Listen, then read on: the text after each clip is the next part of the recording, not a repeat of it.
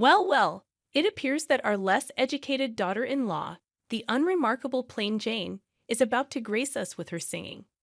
Come on, step onto the stage, you ugly duckling, my mother-in-law sneered.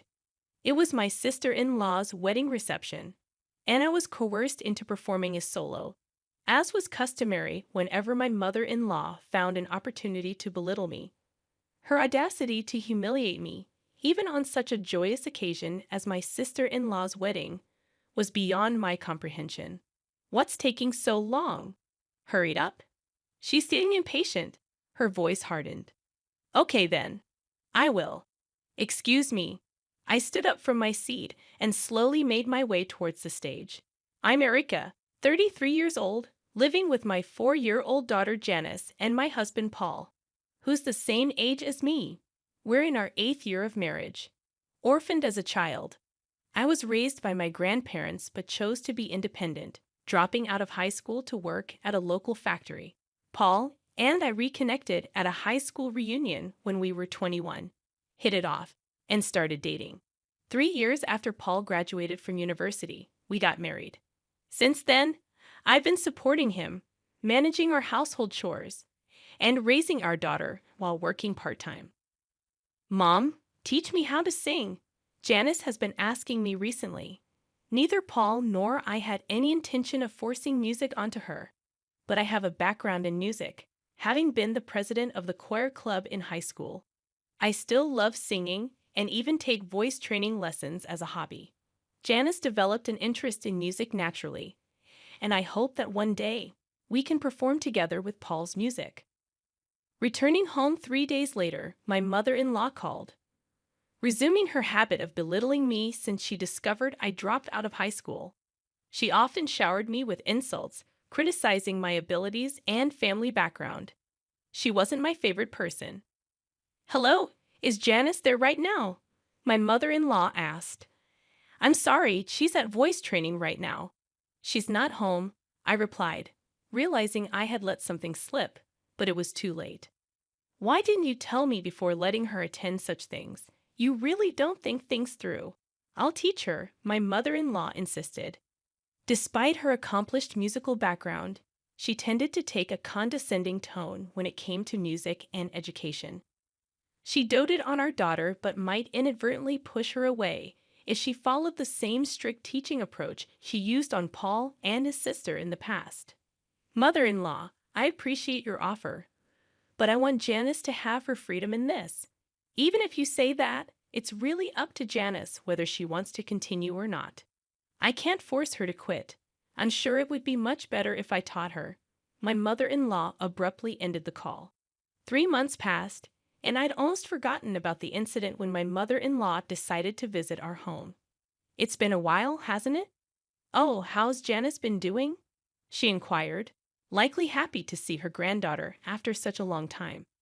As soon as she stepped into our home, she immediately scooped Janice into her arms, barely greeting us.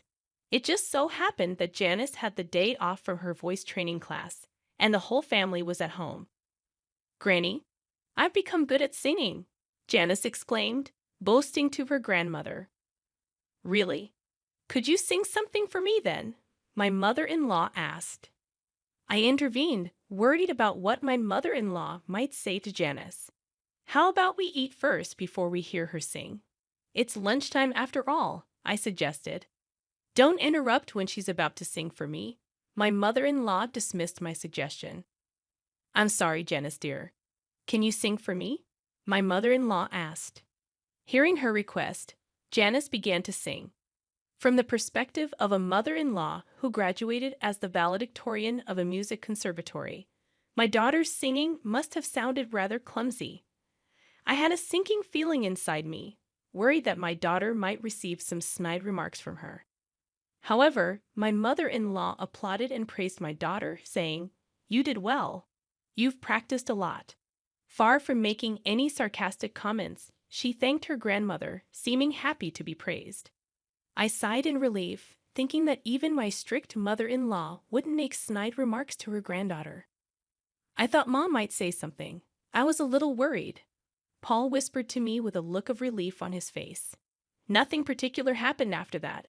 But as the evening came, I realized that Janice had fallen asleep. "Excuse me, mother-in-law. Since Janice fell asleep, I'm going to take her to her room," I announced, picking up Janice and carrying her to her bedroom. After putting my daughter to bed, I returned to the living room. As soon as I re-entered, my mother-in-law said to me, "Didn't you think that Janice's singing today was terrible, Erica? It's a waste of money to let her go to a class that can only teach her to that level. I'll teach her myself." I confronted Paul as anger welled up within me. "Wait a minute, isn't that a bit too selfish? What can we do when it comes to music? She's much better than me, and it's a fact that I got better by being taught by her," Paul reasoned. About 5 minutes of silence followed, and it was Paul who gave in and said, "All right, Mom, go ahead and teach Janice to sing for a while." Hearing those unbelievable words from Paul's mouth, my mind went blank. Is this some kind of joke? Won't they care how Janice feels? After all, she has been so happy to be interested in music. What if Janice hates music because she's taught so strictly by her grandmother? I was so angry that I felt like waking up Janice right at that moment and leaving the house with her. "So I guess it means Janice is quitting the voice training class, as I said, right?" My mother-in-law, with a triumphant look on her face, asked Paul and me. "All right. But remember, this is not a music conservatory, so please absolutely do not do anything that Janice would dislike." "I know that you know I'm not uneducated like you," I retorted, stating what I had to say, knowing she'd never back off, and I let her go home for the day. That night, my husband apologized for his mother's behavior, but I did not even want to see his face. I ignored him and went to bed. The next morning, I told my daughter Janice, "From today, instead of going to the voice training class, let's have Grandma teach you to sing here at home, all right?" When she heard it, she looked very sad but said nothing and just nodded. I apologized, seeing her like that. Then, come noon, my mother-in-law arrived at our home. "Janice, starting today, Grandma is going to teach you to sing even better," she said to my daughter with a smile. No sooner had the lesson started than my mother-in-law's teaching style became more and more strict. Within an hour, she criticized Janice harshly, demanding perfection. "You're wrong. You're making the same mistake in the same place. Do it again. I knew it would turn out like this." "Mother-in-law, this isn't what we agreed to, is it? Could you be a bit gentler?" "What are you talking about? I'm being gentle. Don't interfere. Why don't you quietly do some housework that you can hardly handle?" 4 hours passed, and at last, my mother-in-law's lesson ended. "Well, see you tomorrow. Remember to practice what we did today," she left, seemingly pleased with herself. If I'm going to get yelled at this much, I don't want to sing anymore, seated in her chair, Janice said to me. I harbored an intense hatred for my mother-in-law, taking away what my daughter enjoyed and only caring about her own satisfaction. This cannot go on. I won't let my mother-in-law have her way. Her singing lessons continued in the days that followed. However, after about a week, Janice told me, "I don't want Grandma to teach me anymore. I don't want to sing." Given my mother-in-law's way of teaching, I thought it couldn't be helped. You don't have to force yourself. If you want to quit, that's okay too. So you don't want to go back to the voice training class. It was something she had started because she wanted to, and I, for my part, wanted her to continue. So I asked her that. If it's that class, it seemed that Janice hadn't come to hate singing itself. It appeared that the harsh words from her grandmother and the lack of praise, even when she felt she did well, were making it unenjoyable for her. Why don't you go back to your voice training lessons and give it another shot? I asked Janice, and as if she hadn't been upset moments before, she perked up and nodded enthusiastically. So I'm sorry to say this to you, grandmother, but from tomorrow, Janice will be returning to her original voice training classes. The next day arrived. I relayed Janice's feelings to her grandmother over the phone. How can she whine about giving up after just a week? Isn't it your fault for raising such a weak-minded child? My mother-in-law exclaimed. I retorted, well, it might be, but even though you graduated top of your class from a prestigious music college, It seems that's the only way you know how to teach. Janice told me that she preferred her voice training teacher. Fussing and fuming, my mother-in-law continued, but I ignored her and hung up. Whether she was top of her class or not, it was quite satisfying that her own teaching method had led to her being disliked by her granddaughter, who preferred her voice training teacher. After that, the visits from the grandmother ceased. I've spoken to your mother and told her it was okay if she didn't come to teach anymore. Janice said she didn't want it anymore either. I also feel like I've done something unforgivable to Janice. Back in the day, my mother was very strict with me about music, so I couldn't say anything. But I thought she wouldn't be so harsh on her granddaughter. I'm really sorry. I confessed to my husband Paul that night. When I relayed this to him, he seemed deeply regretful and apologized. I was so angry when Paul suggested quitting Janice's voice training class and having the grandmother teach her. I almost felt like punching him, but fortunately, Janice didn't come to hate music, so I decided to forgive him. 2 weeks later, Paul said, "My sister is getting married in a month, and she asks us to perform. I had never performed at someone else's wedding before. What kind of performance is she expecting?" I was planning to bring a few people from my band and do a small concert, but my sister really wants you and my mother to sing as well. Hearing that the grandmother would also be performing, I reluctantly accepted Paul's suggestion. "So, does that mean I'll be singing with your mother?" "Well, yeah, that's how it seems." Singing with my mother-in-law of all people, I wondered if it would be all right. But if I happened to sing better than her at this performance, I wondered what she'll say. I started practicing the very next day, but there was no sign of my mother-in-law practicing at all. "Mother, aren't you going to practice?" "I'm fine. I'm much better than you, even without practicing. After all, practice is something that people like you, who are not very good, need to do." I tried asking because I was curious, but the only response from my mother-in-law was sarcasm. I decided it was a waste of time to engage with her and focused on my own preparations. After we decided what song to perform, I also increased the frequency of my voice training lessons. I was sick of being ridiculed by my mother-in-law, and above all, I was anxious about performing in public after such a long time without proper training. On the day of my sister-in-law's wedding, the ceremony went smoothly, and the time for the entertainment had finally come. First, my husband Paul took the stage and began to play his music. As expected, given he plays regularly, he was confident and exuded an elegant aura. I was utterly mesmerized by Paul's performance. "I'm not feeling well today. Could you sing on your own?" Then, out of the blue, my mother-in-law told me to sing solo. "What? That's so sudden. It's not fair." "Well, there's nothing we can do about it." "Or what? Are you too embarrassed to sing in front of others because you're uneducated and ugly?" She said this without a hint of remorse. Okay, I know it. She's doing this on purpose. I thought and decided to retort. "Being uneducated and ugly. I've practiced hard, so I won't be embarrassed singing in front of others.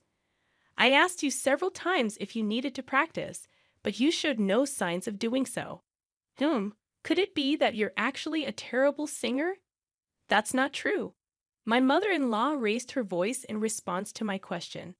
The people around us began to stir, wondering what was going on. Sorry. It's nothing." I got up from my seat, apologized to those around me, and then pressed my mother-in-law further. "Graduating as valedictorian from the music college. You sure talk big about teaching others, huh? Are you running away because you're embarrassed to sing with me since I'm better?" I whispered this in her ear. "What did you say? There's no way that's true. If I sing with a low-educated, ugly person like you, it would only throw me off. Didn't your parents teach you that you and your parents are truly incompetent?" She disparaged me as being uneducated and ugly and even insulted my parents in front of everyone. Embarrassed and angry, I wanted to leave right at that moment, but if I ran away now, it would just make her happy. "What are you doing just sitting there? Hurry up and go." "Okay then, I will." "Excuse me." Just as Paul's performance ended, I took his place on stage. I was supposed to sing with my mother-in-law, but due to her not feeling well, I would be singing solo. Instead of the song I was supposed to sing with her, I chose an opera song I used to sing a lot when I was competitive, an aria from The Marriage of Figaro. And so I began to sing.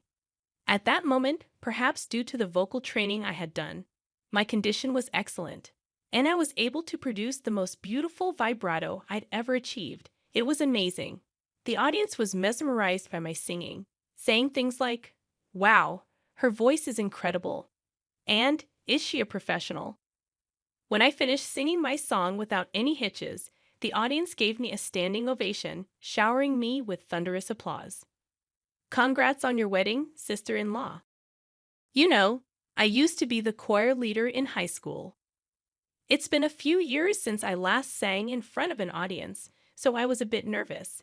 How did I do? Thanks so much for listening. After making this statement, I returned to my seat, and my daughter, all starry-eyed, pleaded, "Mom, your voice was so beautiful. Can you teach me next time?" Witnessing this, my mother-in-law, with her jealousy on full display, said in a huff, anyone can sing like that. Don't get ahead of yourself, continuing to belittle my singing." Just as I thought the entertainment segment was over, my sister-in-law unexpectedly said, "Mother-in-law, and you should sing too." Words that I didn't expect came out from my sister-in-law.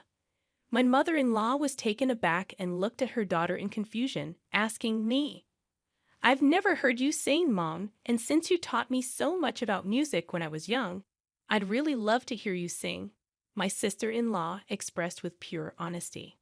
The attendees chimed in, "Mother-in-law, you should definitely sing." Words had gotten around that my mother-in-law was a top graduate from a prestigious music school, and the crowd grew increasingly excited for her performance, creating an atmosphere where she felt she had to sing. "Well, with all this, I guess you have to sing now, don't you?" I did not hesitate to add, "So, all right, all right." "If you insist," she responded, heading to the stage. The moment my mother-in-law took the stage, the energy in the room peaked. But as she began to sing, such murmurs could be heard throughout the crowd. "Wait, no way. I might even be a better singer." She must have heard them as well. My mother-in-law's voice did seem off, but even accounting for that, her singing was dreadful. She always criticized others for their singing, but her pitch was all over the place. Honestly, I felt I was still a better singer. The atmosphere grew awkward as her performance ended.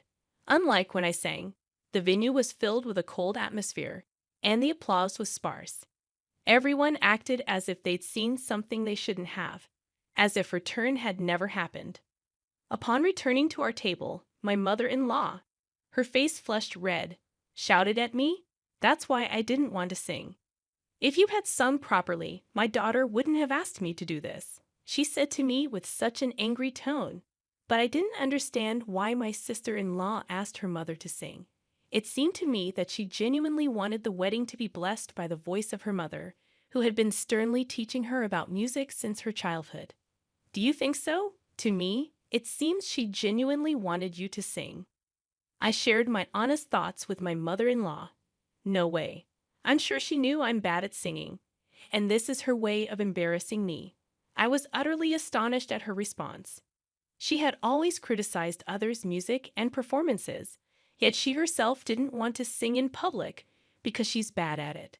She never hesitates to complain about others' music, but she is like, "I don't accept complaints, although I'm a bad singer myself." Such a self-centered attitude won't be accepted. My daughter Janice might have her newfound love for music crushed by her grandmother. I could no longer bear my mother-in-law's attitude. So, a person who studied at a prestigious music school and criticizes others' music is just doing so because she can only sing this badly. But mother-in-law, isn't it great? You are able to sing alone without having to sing with a terrible singer like me. I responded to my mother-in-law with a sarcastic tone.